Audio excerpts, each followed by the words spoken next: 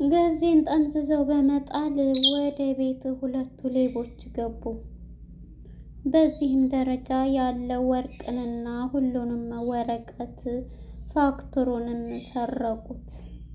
ይህንን ደግሞ የምትሰራው መድኃኒት የተባለችው ልጅ ነች።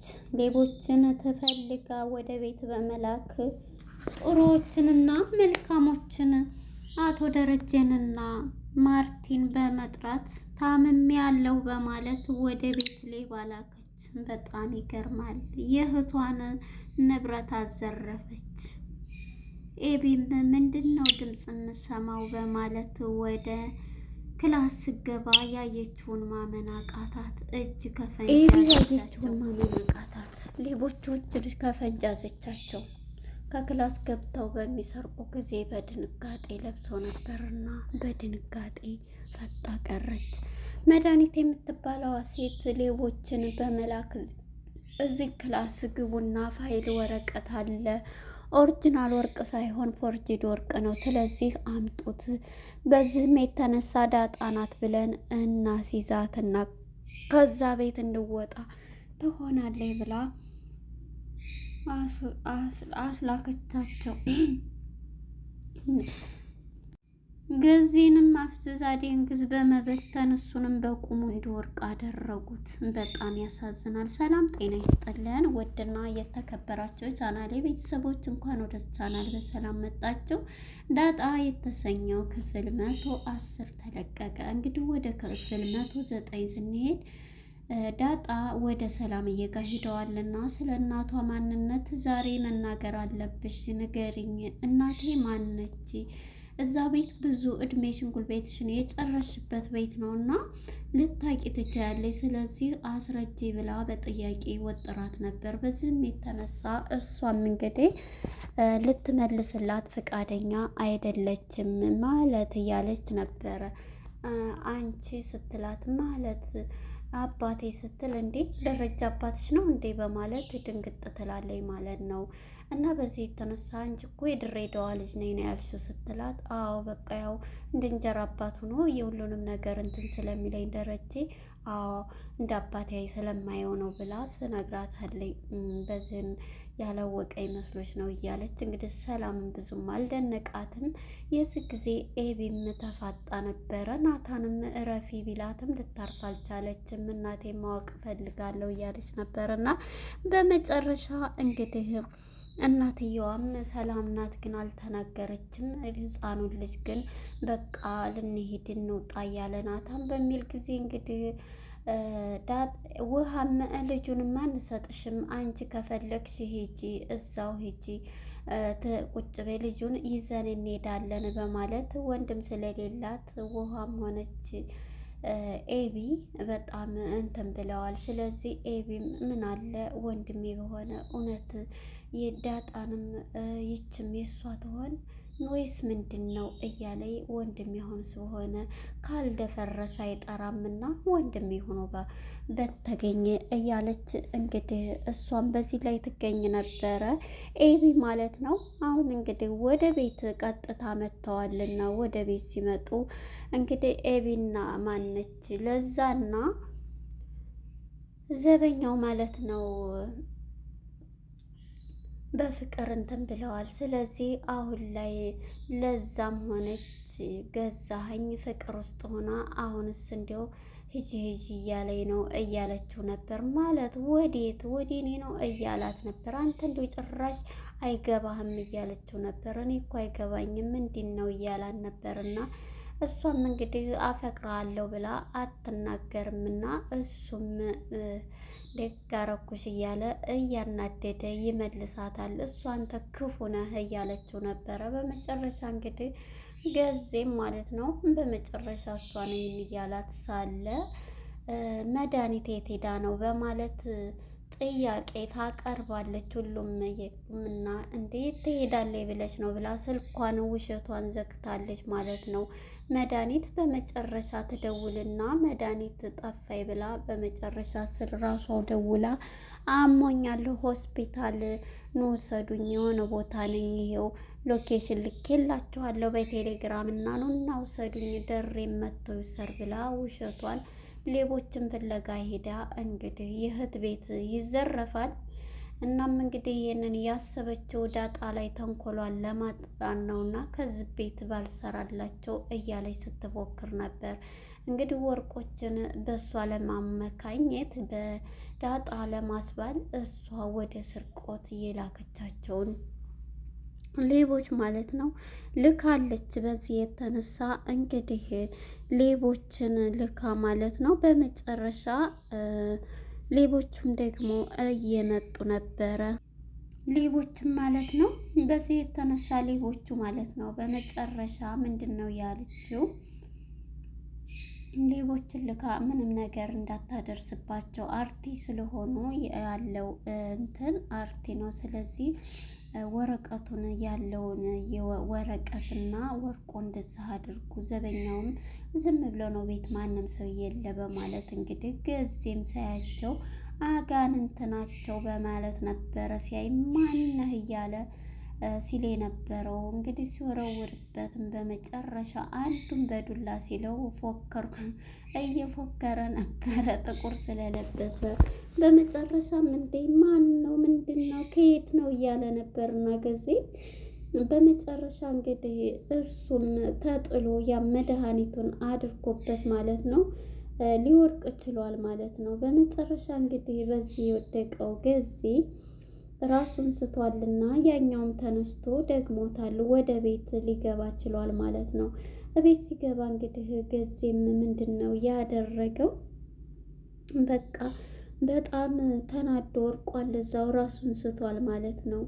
እናም በዚህ የተነሳ እሱም አሁን ያለበት ደረጃ አሁን በጣም የሚያስፈራ ነበርና እነሱም አሁን ምን እንደሚሉ ቅጡ ጠፍቷቸዋል ማለት ነው።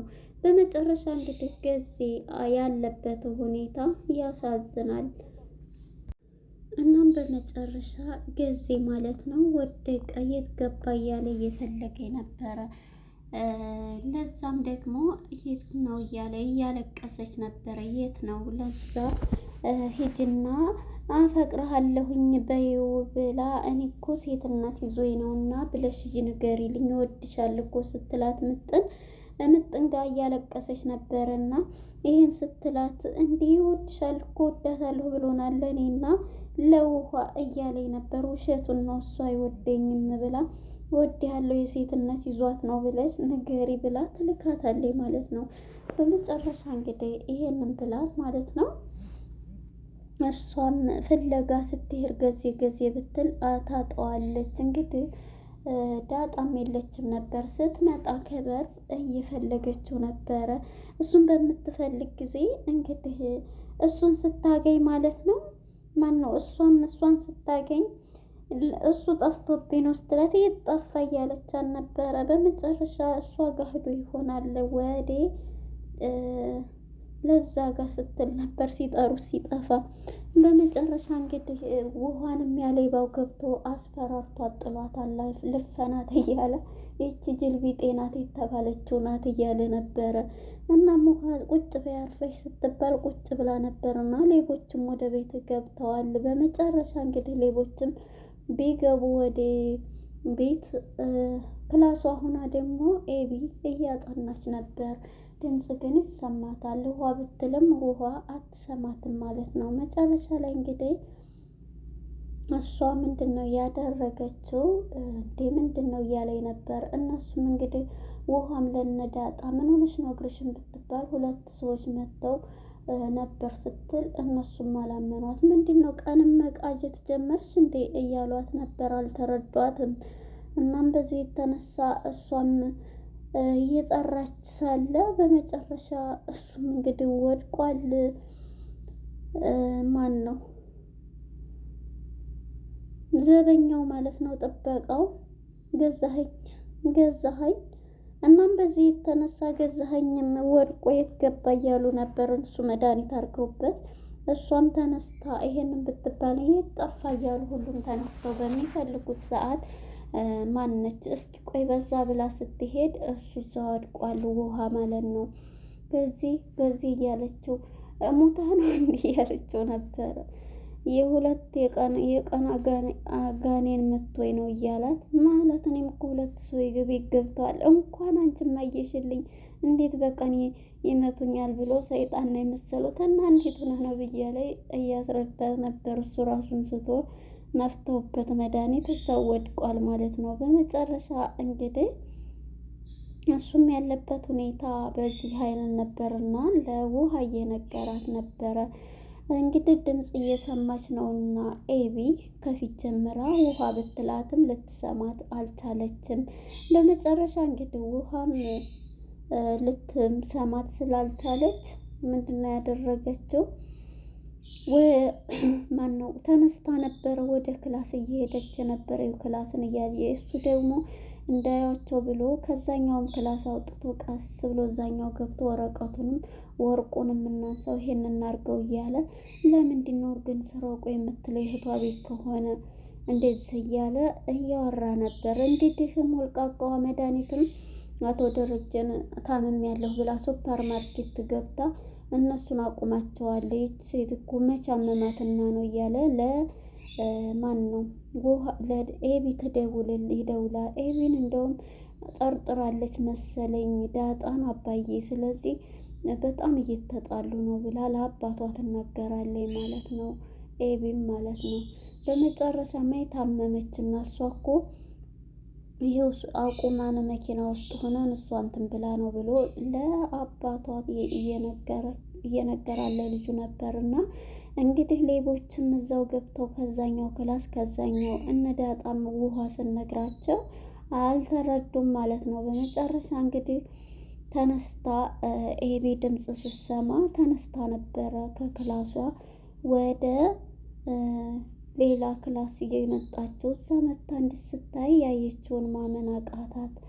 ምንድን ነው ብላ ፈጣ እንድስታይ ሁለቱም ጥቁር ናቸው። ደንግጣ ነው እዛ ፈጣ የቀረችው ማለት ነው።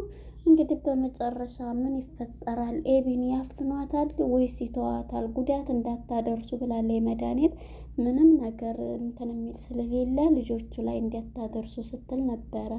እንግዲህ ኤቢ ስላየቻቸው ደግሞ ኤቢ ጎበዝ ናት። እሪ ትላለች ምንድን ነው ብላ እንትን ትላለች። ሊነግሯትም ይችላሉ። እንግዲህ ገዜም እዛው ሙቼ ነው ጋኔን መጥቶኝ ብሎ ከውሃ ጋር ነበረ እዛው ቁጭ ያለው ማለት ነው። እንግዲህ በመጨረሻ ኤቢ እጅ ከፈንጅ ይዛቸዋል። እንግዲህ ይዘዋት ይሄዳሉ።